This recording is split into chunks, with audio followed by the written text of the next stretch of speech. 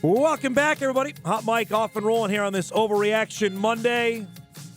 FCS bracketology chatter coming with Sam Herder in about 15 minutes as we're down to the final week of the FCS regular season. And we are donezo with North Dakota high school football for 2024. Wrapped up in style on Friday at the Fargo Dome. We crowned 4 state champions, and we crowned a new one in 2A football, the West Fargo Horace Hawks, who've had football for all of 3 years of varsity, are on top of the North Dakota football world. They beat Grand Forks Red River on Friday to win a first state championship. Our pleasure to welcome back head coach, now I can call him state champion head coach, Harvey McMahon, to the show. How's that sound?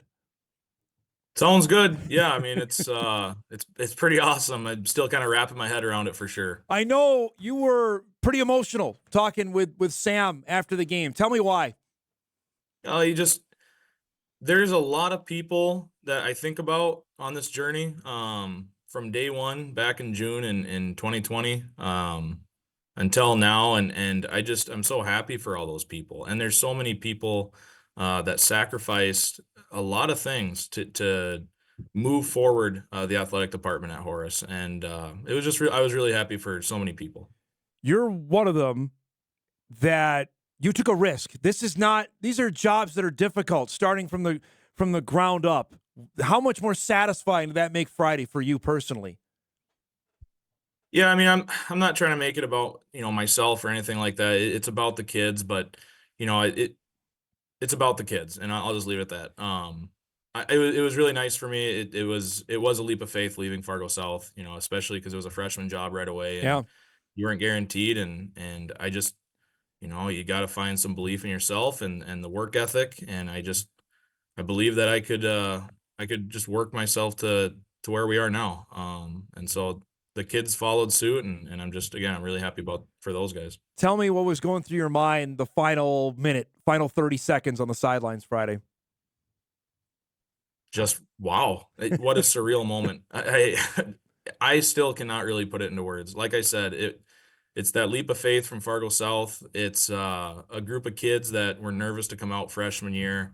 It's kids overcoming adversity. I mean, I think of Mason Johnson. He's my all-state kid, and he played the entire playoffs. We found out with a torn abdominal muscle. Oh. He sent me the pictures this morning of he almost had a compound fracture in his hand. He had a hematoma, and he wanted to play for his friends, and that's the kind of stuff. We got stories like that all over the place. How the game played out, was that what you thought was going to happen, or how did the game play out in your opinion? Yeah, I mean, I didn't know, and it's what I told the kids before the game. I said, we got to have faith, and we don't know what's going to happen between now and the end whistle, and we didn't. But you just got to have faith that we're going to come together and we're going to be okay. And the game played out in parts, how I thought schematically, but they have such a big line, and we definitely felt that. I mean, they impose themselves. You can tell that team bought into the weight room.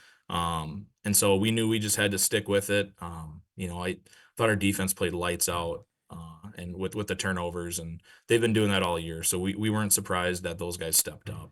To have 3 interceptions, though, in the Dakota Bowl, was that not surprising? I know you played well defensively, but does that surprise you? To an extent, yeah, but our DB crew has been rock solid all year, and they've been able to start with base coverages, and they're running some pretty high-level stuff at this time of year, and they're doing it with confidence. And so did I know we were going to get however many interceptions? No, but am I surprised? Those guys have earned it. I mean, I'm not overly surprised. To have a pick six, though, those are the kind of plays you typically, teams that get that don't lose. What did that do on your sideline when that happened?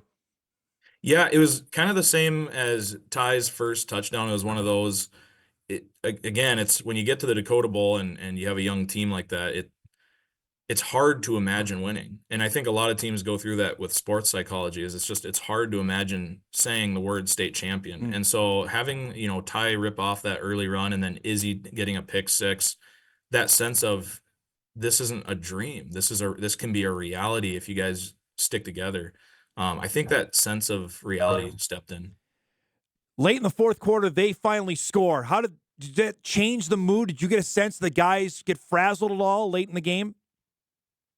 No, actually, we're coming off the field and I heard one of them just say, "Hey guys, just like, right, keep the faith," like we talked about. And like when I heard that, obviously I'm still not overly thrilled because they get a touchdown, we fumble, and it's just like, oh boy, this is how we're going out, isn't it? But it just no, it just like, we just kept the faith, and our defense didn't really hesitate. And so I think that's what showed on the next play. To then have, right, to recap the way you did, recover the way you did, just to have the game wrap the way you did, impressive was that to take that and say, all right, we're going to take a couple shots and we're going to be okay?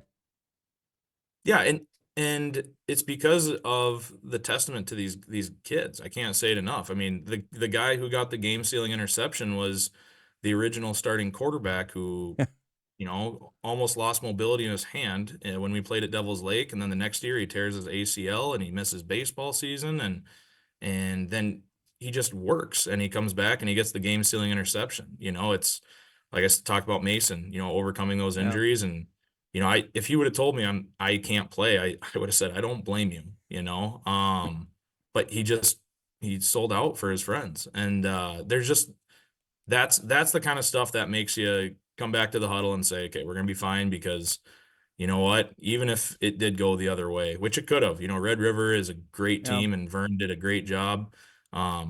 We left it all out there, and that's a comfortable feeling. What was the celebration like Friday night and the locker room and then with the parents after the game? It was awesome. It was just pure joy. I mean, like I said, so many people are invested in this journey, and there's just a lot of tears, a lot of smiling, a lot of hugs, and it was a surreal moment for everyone. You were telling me, I saw you before the game, you got a police escort from the Yeah. school to the Dome? Yeah, well, it helps when your starting quarterback, his dad is a higher up in the Fargo Police Department. So yeah, we got an escort all the way down to I-29, and then Horace Fire Department picked us up at Horace city limits, and we went all the way through the south end of town to the high school, and it was awesome. It was small town feeling, but big time celebration. It was fun. I shared on Twitter the story we did, Harvey, when you guys had your first day of practice back in the fall of 2020. How much did you think about that at the end of the game on Friday? I mean, it it's still a little bit of a whirlwind. It was definitely a thought that was in there. It for sure, when the clock hit zero, I was thinking of just the whole journey and seeing some of those senior parents at the end and all that. That first senior class last year, they made a video montage, and I showed it to the boys at our last practice, and it's those guys were every bit as much a part of this championship as anybody. It really is a lot of people that are invested. And so, yeah, you think about it a lot, and it's fun to see how far we've come. And I'm really, really happy for everyone. Invariably, I had people ask me afterwards, well, when's Horace moving up? So I'll ask you, when's Horace going to be moving up? I don't know. I think they're meeting tomorrow, so they'll decide. And my stance on it is irrelevant. I know we just want to play football, and whether that's the AA level, perfect. If it's the AAA level, great. And so we'll play. It is what it is, and wherever they put us, we'll be ready to go. How well do you think you can compete in 3A if it's next year? I'll see who shows up in August. I'll coach them, and we'll find out. That's I don't have a crystal ball. I don't have a crystal ball. What do you do today? Do you enjoy it? Do you relax? Do you take a deep breath, or are you right now worried about 2025? No, I mean, I want to do a better job, professionally speaking for myself, being able to just enjoy things a little more. I've always been kind of just keep my nose down and getting to work. So I want to enjoy this one for a little bit. I got some emails and texts to respond to with just congrats and all that and saying thanks. So, my plan now is just to kind of take a day or two off. We'll meet with the boys, start getting into wrapping up the season, getting the banquet set up, and today I want to go teach a little middle school PE and just kind of relax a little bit. That's my plan.